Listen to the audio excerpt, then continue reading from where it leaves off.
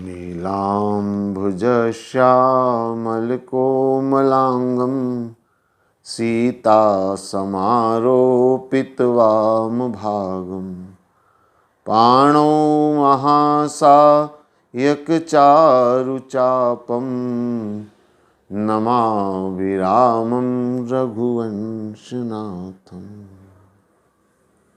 आइए राम कथा को हम प्रारंभ करें। राम कथा के अंतर्गत श्री रामचरितमानस के मंगलाचरण से चर्चा हम लोगों ने प्रारंभ करी और पिछले भाग में बंदव नाम राम रघुवर को हेतु कृशानु भानु हिम कर को मैंने इन 3 शब्दों पर चर्चा आपके सामने रखी थी, कृशानु, भानु और हिमकर। राम शब्द के इन 3 अक्षरों में इतना गूढ़ तत्व छिपा हुआ है, इसीलिए तो मैंने आपसे पहले भी कहा था, राम नाम इतना अद्भुत है, इसीलिए तुलसीदास जी राम नाम की वंदना करते हैं। अब ये जो राम शब्द है,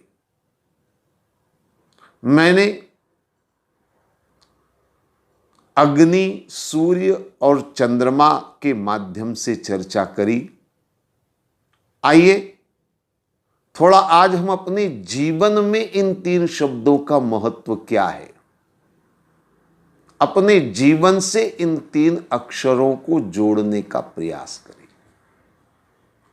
व्याकरण के अनुसार राम शब्द में 3 अक्षर हैं, रकार, अकार और मकार।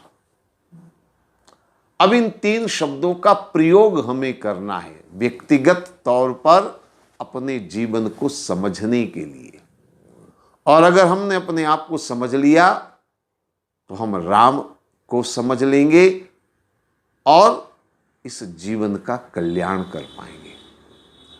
तो इन 3 अक्षरों में सबसे पहला अक्षर है र, फिर आ और फिर म।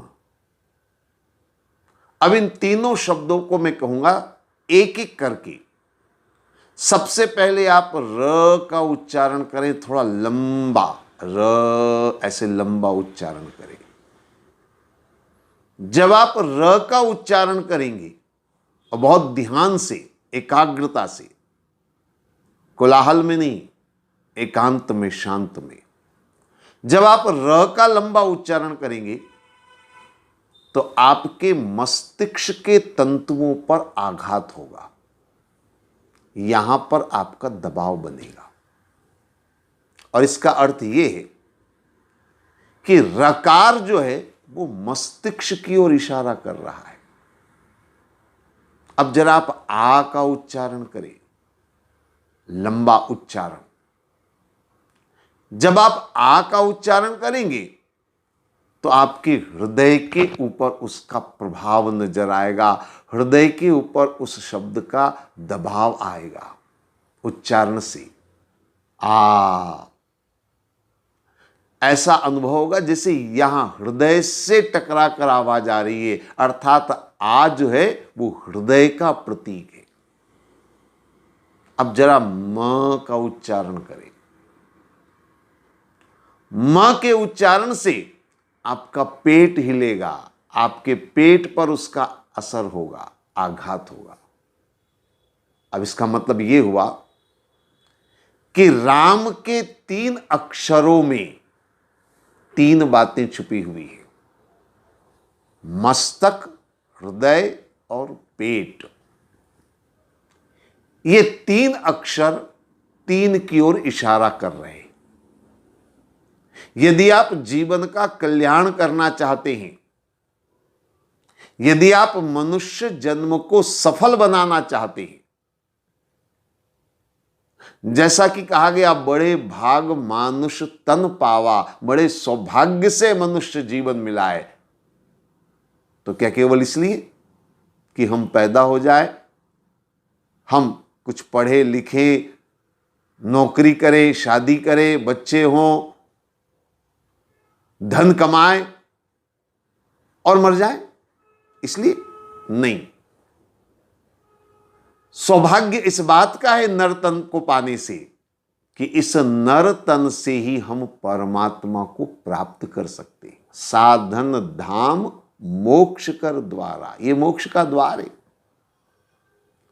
तो परमात्मा को पाना तब संभव होगा जब हम इन तीन पर ध्यान देंगे, मस्तक, हृदय और पेट पर ध्यान देंगे। लेकिन दुर्भाग्य की बात है, आज हमारा ध्यान केवल पेट पर लगा हुआ है। पूरा समाज, बल्कि यूं कहना चाहिए पूरी दुनिया आज पेट के पीछे लगी है, पेट भरने के पीछे लगी हुई है। हम जो भी कर रहे हैं केवल पेट के लिए कर रहे हैं। आप समझ गए ना?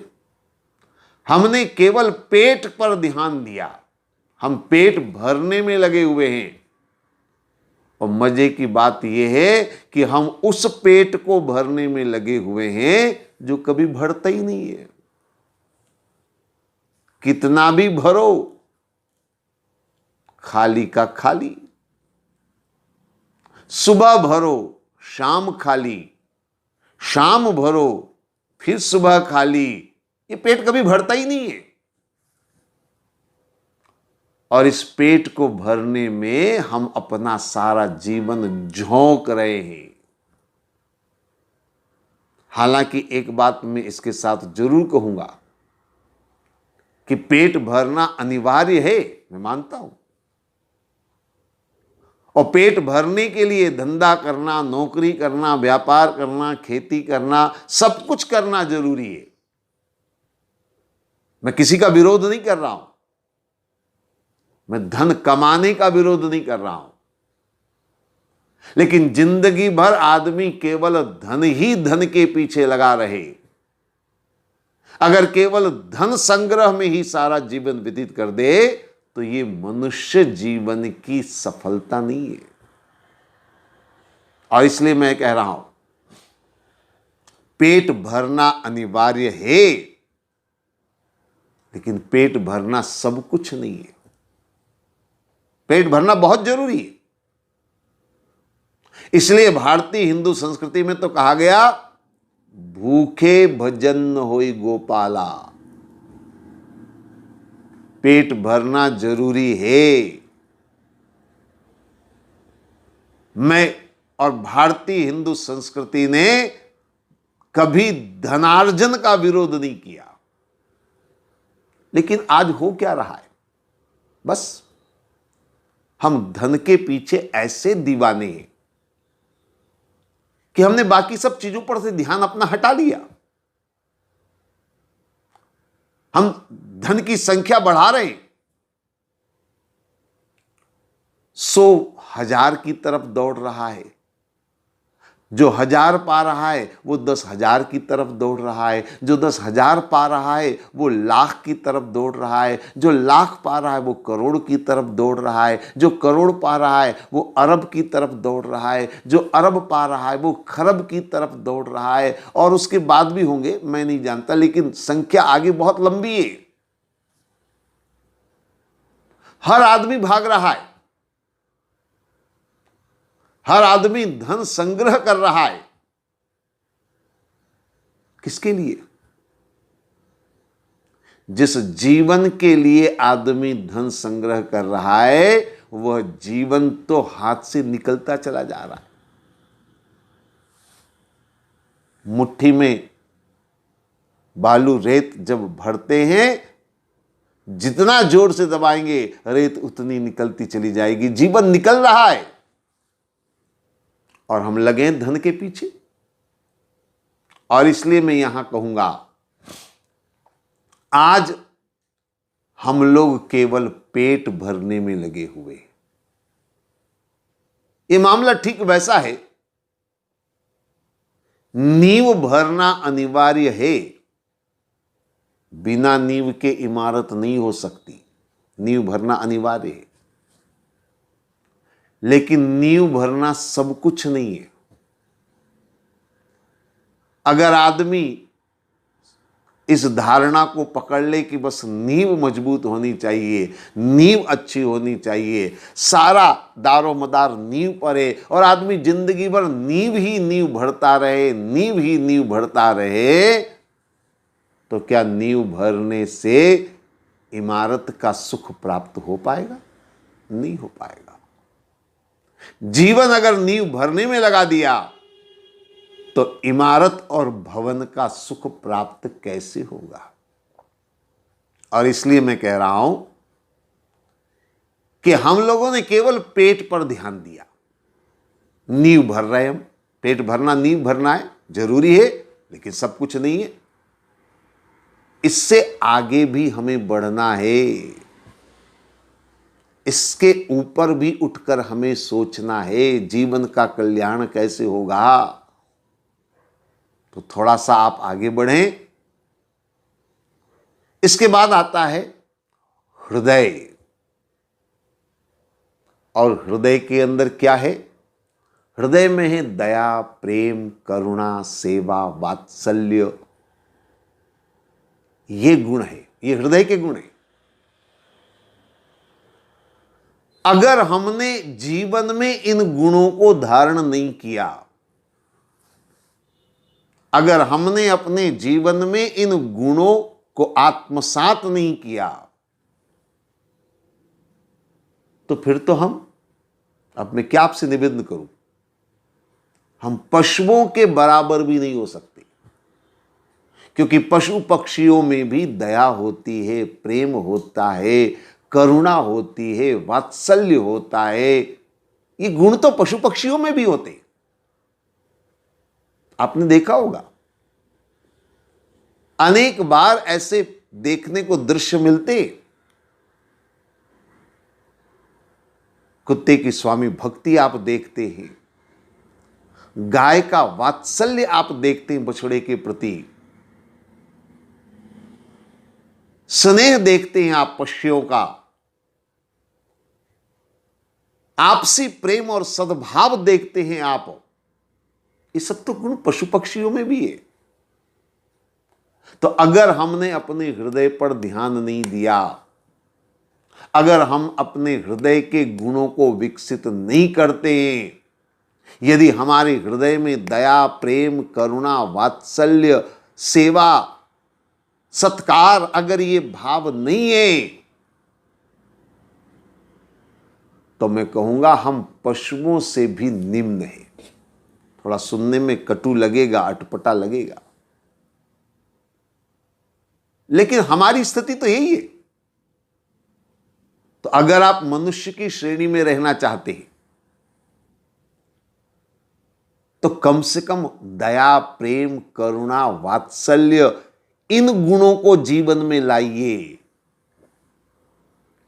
क्योंकि हुआ यह है जीवन में कि धन के पीछे जब हम दौड़ते हैं, तो हमारे अंदर स्वार्थ, हमारे अंदर ईर्ष्या, हमारे अंदर द्वेष, प्रतिस्पर्धा, और उस प्रतिस्पर्धा के अंदर अगर हम आगे बढ़ गए तो हमारा अहंकार, अगर हम पीछे रह गए तो ईर्ष्या, द्वेष, ये सारी चीजों ने हमारे हृदय को, हमारे हृदय के गुणों को समाप्त कर दिया। और इसलिए मैंने कहा पेट भरिए, लेकिन पेट भरना ही जीवन में सब कुछ है। इस विचारधारा से ऊपर उठना होगा। हृदय पर ध्यान दीजिए, इन गुणों को जीवन में धारण करिए। अगर हमने जीवन में इन गुणों को धारण किया, अगर हमारे अंदर दया, प्रेम, करुणा, वात्सल्य जैसे गुण आए, तो फिर हम कहेंगे कि हां, हमने कुछ जीवन जिया है, हम पशु पक्षियों के बराबर हो गए, श्रेष्ठ नहीं कह रहा हूं अभी मैं, बराबर हो गए। और अगर हम पशु पक्षियों से श्रेष्ठ बनना चाहते हैं, उनसे हम आगे बढ़ना चाहते हैं, तो फिर अगली चीज पर ध्यान दीजिए। हृदय के बाद आता है नंबर मस्तिष्क का। हमें अपने मस्तिष्क पर ध्यान देना होगा। मस्तिष्क पर ध्यान देने का मतलब है ज्ञान की तरफ हमें बढ़ना होगा, विवेक की तरफ हमें बढ़ना होगा, अपने मस्तिष्क का विकास करना होगा। और मैं एक बात यहां स्पष्ट कर देना चाहूंगा, जब मैं मस्तिष्क के विकास की, ज्ञान की बात कर रहा हूं, तो आप उसका अर्थ वर्तमान शिक्षा से न जोड़े।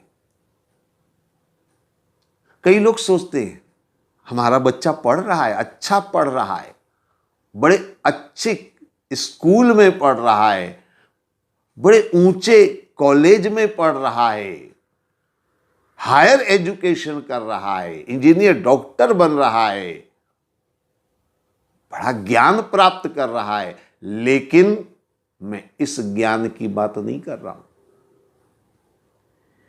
क्योंकि ये जितना भी ज्ञान है, आज की शिक्षा प्रणाली जो भी ज्ञान दे रही है, उसका एकमेव उद्देश्य है पेट भरना। बच्चा पढ़ता है तो सबसे पहला उसके दिमाग में ये रहता है कि मैं कौन सा ऐसा विषय चुनूं जिससे कि मुझे अच्छी नौकरी मिले, अच्छी सैलरी मिले,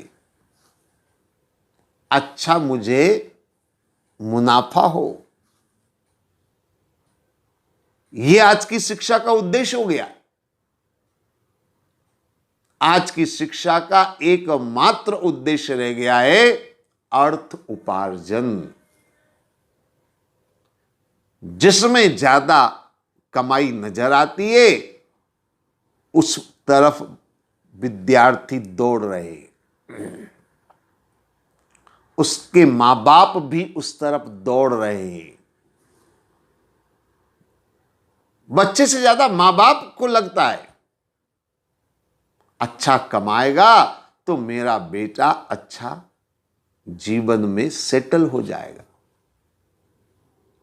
बस केवल धन कमाने के लिए शिक्षा हो गई है,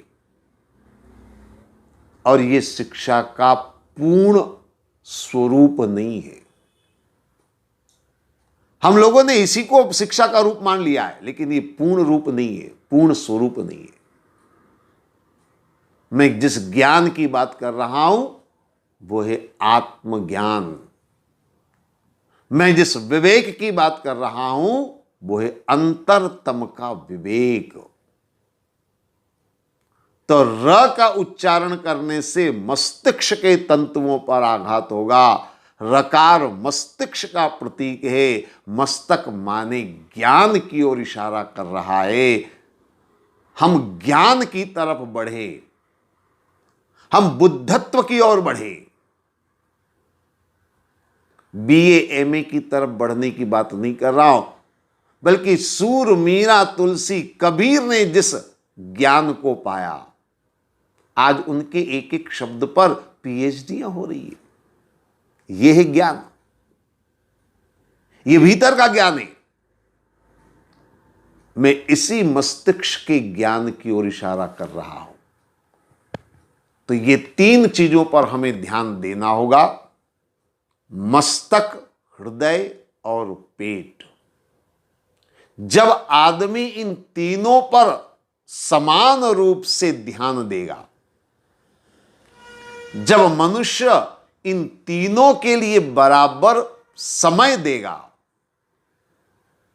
प्रयत्न करेगा, तो संपूर्ण मानव जीवन का कल्याण होगा। यह मनुष्य जीवन के कल्याण का सबसे छोटा सूत्र है, राम। अब इस राम शब्द को सही अर्थों में जीवन में समझ लिया तो निश्चित मानिए हमारे जीवन का कल्याण हो जाएगा, हमारा जीवन पावन और पवित्र हो जाएगा। राम शब्द बड़ा ही ऊर्जावान शब्द है, शक्तिशाली जिसको हम कह सकते हैं। कैसे शक्तिशाली है, कैसे ऊर्जावान है, चलिए मैं आपको एक उदाहरण देकर के बात समझाने का प्रयास करूं। आपने देखा होगा, अगर कभी गाड़ी में, घरों में, अब सब जगह वो उपलब्ध रहती है, बैटरी आपने देखी होगी। आपने ये भी देखा होगा कि बैटरी डाउन जब हो जाती है तो उसे चार्ज की जाती है। चार्ज करने के बाद फिर वो पूरी क्षमता से काम करने लगती है। बस इसी तरीके से हमारे अंदर भी एक बैटरी है। इस बैटरी को चार्ज करना है, पर ये इस करंट से चार्ज नहीं होगी। अब करंट कई तरह के होते ना, एसी, डीसी, कई तरह के करंट होते। तो इन करंट से ये बैटरी चार्ज नहीं होगी। इस बैटरी को चार्ज करने के लिए कौन सा करंट चाहिए, वो मैं आपको बता दूं। थोड़ा सा ध्यान देंगे। विज्ञान का एक सूत्र है। विज्ञान कहता है, जब दो वस्तुएं टकराती है तो अग्नि पैदा होती है। आपने पुराने युग में सुना होगा, जब पत्थर से पत्थर टकराया जाता था तो उसमें से आग निकलती थी। हालांकि ये पाषाण युग की बात है, पर आज भी आपने देखा होगा, जब घर्षण होता है तो आग पैदा होती है। ये विज्ञान का सूत्र है, सिद्धांत है। अब इसी सूत्र के आधार पर थोड़ा सा ध्यान देंगे। आप राम का उच्चारण करिए। जब आप राम का उच्चारण करेंगे तो जिह्वा और तालू टकराएगी। स्वयं उच्चारण करके देखिए। जब आप राम का नाम लेंगे, जिह्वा और तालू टकराएंगे। और विज्ञान कहता है, जब टकराहट होगी तो क्या होगा, अग्नि पैदा होगी। जब हम राम का नाम लेंगे तो इस टकराने से अग्नि पैदा होगी। हालांकि ये अग्नि दिखने वाली अग्नि नहीं होगी, परंतु इससे हम रिचार्ज होंगे। और रिचार्ज होने का मतलब क्या है, हमारा आत्मबल बढ़ेगा, हमारा मनोबल बढ़ेगा। आपने अच्छी तरह से सुना होगा,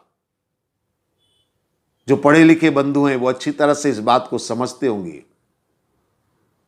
जिसकी विल पावर मजबूत होती है वो असंभव कार्य को भी आसानी से कर लेता है, अगर विल पावर है, आत्मबल जिसको कहते हैं।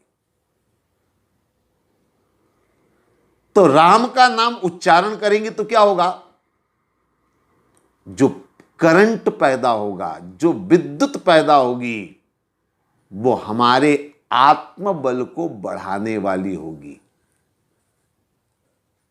हमारा मनोबल बढ़ेगा। और विल पावर अगर हमारी बढ़ गई तो फिर जीवन में कोई भी कार्य असंभव नहीं होगा। हम जीवन में हर कार्य सुगमता से कर पाएंगे। हम हर काम निश्चित रूप से संपूर्ण कर पाएंगे। और यही जीवन की सफलता है। जीवन की सफलता और असफलता का पैमाना क्या है, एक ही पैमाना है। जब आप अपने कार्य में सफल हो जाते हैं तो आपको सफल पुरुष कहा जाता है, और जब आप अपने कार्य में विफल हो जाते हैं तो आपको असफल व्यक्ति माना जाता है। जीवन के किसी भी क्षेत्र में, मैं ये नहीं कह रहा हूं केवल अध्यात्म की बात करें, जीवन के किसी भी क्षेत्र में आप चाहे व्यापार करें, चाहे आप खेती करें, चाहे आप नौकरी करें, चाहे आप सामाजिक जीवन व्यतीत करें, चाहे आपकी राजनीतिक गतिविधियां हो, किसी भी क्षेत्र में सफलता पाना बहुत जरूरी है और सफलता के लिए विल पावर का होना जरूरी है। अगर आपके पास विल पावर है, अगर आपके पास दृढ़ इच्छा शक्ति है, तो निश्चित रूप से आप हर कार्य को कर सकते हैं। तो ये जो राम नाम है, ये राम नाम बड़ा अद्भुत है। यह राम नाम हमें वो शक्ति देता है, हमें वो सामर्थ्य देता है जिससे कि हम जीवन में सब कुछ कर सकते हैं। मैंने कहा था, राम नाम के 2 अक्षर में न जाने कितना बल है, नामोच्चारण से ही मन का धुल जाता सब मल है। बड़ी ताकत है, बड़ी शक्ति है इसमें। हालांकि एक बात और इसके साथ में कहना चाहूंगा, चूंकि अभी हम राम कथा कर रहे हैं, रामचरित्र मानस के माध्यम से चर्चा कर रहे हैं, इसलिए हम राम की बात मूल रूप से कर रहे हैं। परंतु एक साथ में निवेदन और कर दूं, वरना समाज में कुछ लोगों के मन में भ्रम रह जाएगा। क्या केवल राम के नाम से ही ऊर्जा पैदा होती है, अन्य नामों से नहीं? क्योंकि हमारे यहां तो भगवान के अनेक नाम हैं। तो क्या बाकी सारे नाम शक्तिहीन व्यर्थ है? नहीं, बिल्कुल नहीं। गौर से अगर आप देखें और अगर आप उच्चारण करेंगे, चाहे राम का नाम हो या परमात्मा का कोई और नाम हो, प्रत्येक नाम से जिह्वा और तालू टकराती है। चाहे कृष्ण कहें, चाहे दुर्गा कहें, चाहे हनुमान कहें या कोई और नाम ले, परमात्मा के सभी नामों से जिह्वा और तालु टकराएंगे, और जिह्वा और तालु टकराएंगे तो अग्नि पैदा होगी और ऊर्जा प्राप्त होगी, हमारा आत्मबल बढ़ेगा। परमात्मा के प्रत्येक नाम से ये शक्ति पाई जा सकती है। हालांकि एक सवाल और मन में पैदा हो जाता है, तर्कवादियों के मन में, बुद्धिजीवियों के मन में एक सवाल और पैदा होता है,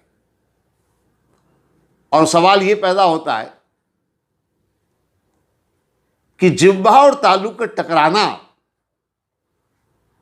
केवल भगवान के नाम से ही नहीं, आप गाली देंगे तो उसमें भी जिह्वा तालु टकराएंगे, आप किसी को अपशब्द कहेंगे तो उसमें भी जिह्वा तालु टकराएंगे। तो क्या इस तरह के अपशब्द, गाली गलौच, इनसे भी ऊर्जा प्राप्त होगी? निश्चित रूप से होगी। थोड़ा सुनकर के आप चौंकेंगे, निश्चित रूप से होगी। लेकिन एक सिद्धांत ध्यान में रखिए, वेदों में कहा गया शब्द ब्रह्म। शब्दों के अपने अपने प्रभाव और महत्व हैं। शब्द विज्ञान पर अगर विचार करेंगे तो आपको इसका आभास होगा। शब्द ब्रह्म का वर्णन क्यों किया गया वेदों में? क्योंकि कुछ शब्द ऐसे होते हैं जो सकारात्मक ऊर्जा पैदा करते हैं, और कुछ शब्द ऐसे भी होते हैं जो नकारात्मक ऊर्जा पैदा करते हैं। ऊर्जा तो पैदा करेगा, जहां जिह्वा तालु टकराएंगे वहां ऊर्जा पैदा जरूर होगी, लेकिन सकारात्मक ऊर्जा पैदा हो जरूरी नहीं है। तो ध्यान रखिए, गाली गलौच करना, किसी के साथ अपशब्दों का प्रयोग करना, वो ऊर्जा पैदा कर रहा है, लेकिन वो ऊर्जा कौन सी है? वो नकारात्मक ऊर्जा है। वो आपको और नीचे की ओर ले जाने वाली है, वो आपका और पतन करने वाली है। ये ध्यान रखिए, केवल ऊर्जा पैदा करना ही सब कुछ नहीं है, सकारात्मक ऊर्जा होनी चाहिए। हम अपने जीवन को श्रेष्ठ बनाएं, हम अपने जीवन का विकास करें, हम जीवन में उन्नति करें, श्रेष्ठता की ओर बढ़े।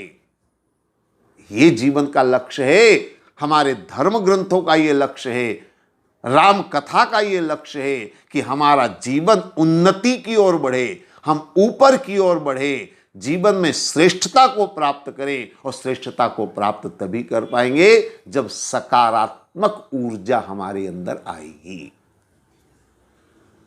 सकारात्मक ऊर्जा से हमारा दृष्टिकोण सकारात्मक बनेगा। मैंने पहले भी इस बारे में चर्चा करी थी कि सकारात्मक दृष्टिकोण होना चाहिए। तो ये सकारात्मक ऊर्जा प्राप्त करनी है। और सकारात्मक ऊर्जा कैसे मिलेगी? जब हम उन शब्दों का प्रयोग करेंगे जो हमारे अंदर सकारात्मक ऊर्जा पैदा कर सके। इसलिए मैं आपसे निवेदन करूंगा, परमात्मा का नाम लेने वाली ऊर्जा पैदा करें, गाली गलोच वाली ऊर्जा नहीं। चूंकि हम लोग राम कथा कर रहे हैं, इसलिए मैंने राम शब्द की व्याख्या का विशेष रूप से आपके सामने वर्णन किया कि ये जो राम शब्द है ये हमारे अंदर ऊर्जा पैदा करता है। और ये ऊर्जा हमारे मस्तक, हृदय और पेट की तरफ अगर लग जाए तो हमारा संपूर्ण मानव जीवन सफल हो सकता है, सार्थक हो सकता है, जीवन का कल्याण हो सकता है। और यही हमारी कथा का उद्देश्य है। आज इतना ही। ओम सर्वे भवन्तु सुखिनः, सर्वे सन्तु निरामया, सर्वे भद्राणि पश्यन्तु, माँ कश्चित् दुःख भाग् भवेत्। ओम शांति शांति शांति।